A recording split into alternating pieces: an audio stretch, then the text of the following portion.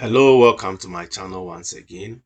So in today's tutorial, we're going to look at how we can combine last name and first name to become a full name. Or assuming you have a data in different cells and you want to, or you have data in different cells and you want to combine them in Excel. How do you do that? So today we're going to look at the concatenate function in Excel. So concatenate is used to combine two records from different cells. So in this example, we have the employee last name and employee first name. So how do we combine them to get a full name?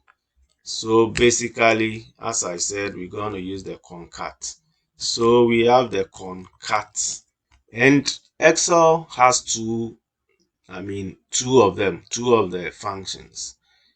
This is a deprecated function, even though it works in previous versions of Excel and also in the current version, which is 2019, it works. But then this is the new way to do that. So I will select this concat, and the concat function takes multiple parameters. So you can select as many texts or as many records from different cells as you wish. So in this example, we only have records in cell B2 and C2. So what I'll just select B2 followed by a comma. Then I need to have space in between the two words or the two names. So I have to provide an empty space here by typing